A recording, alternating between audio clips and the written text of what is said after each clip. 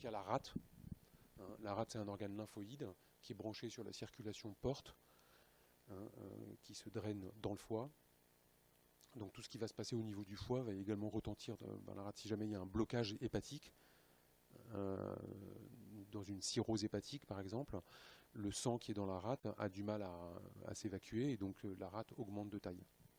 Elle est localisée au niveau de l'hypochondre gauche, c'est-à-dire immédiatement sous les côtes, à gauche, et elle n'est normalement pas palpable.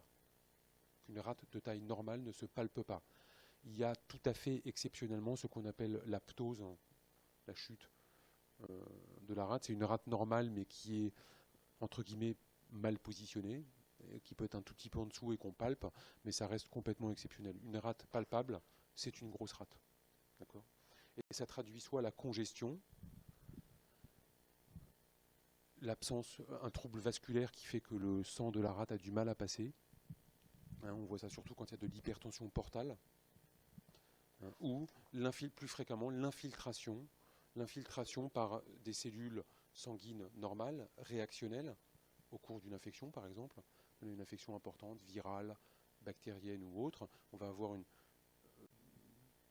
excès de globules blancs, soit des lymphocytes dans les infections virales, soit de polynucléaires dans les infections bactériennes, qui va être produit immédiatement en réaction à l'infection, et ça peut entraîner une grosse rate, comme des gros ganglions par exemple pour les lymphocytes. Ça peut être aussi une infiltration par des lymphocytes pathologiques ou des leucocytes pathologiques au cours de pathologies propres du sang, tumorales, des leucémies ou des lymphomes. Donc toute rate palpée doit être évaluée.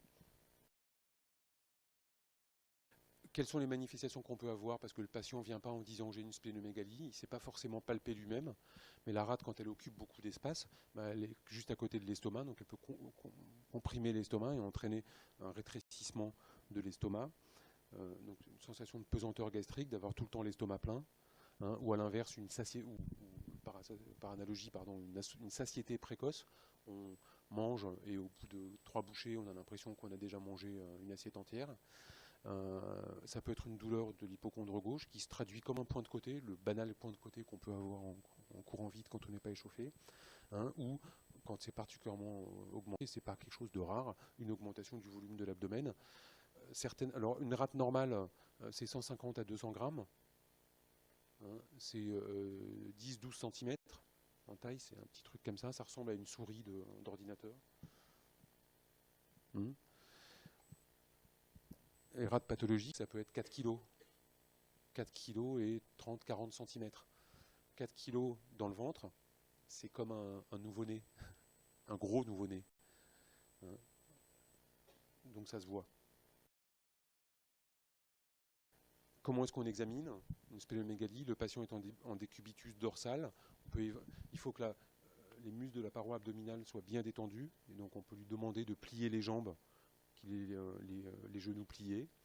L'examinateur est placé à droite du patient, pose sa main à plat sur l'abdomen, sous le rebord costal, vous allez en voir un exemple, et va chercher délicatement le relief de la rate. Et puis va demander au patient de respirer, son diaphragme va se baisser, repousser la rate, et on va sentir le relief changer de place avec les mouvements inspiratoires. Ça va permettre de bien définir les contours.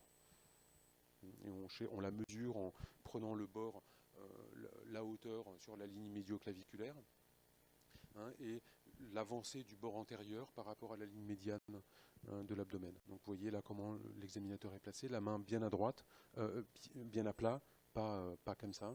Hein, on palpe mieux avec la tranche du doigt, hein, et on recherche comme ça par des mouvements progressifs de pression au niveau de l'abdomen. Là on voit dessiner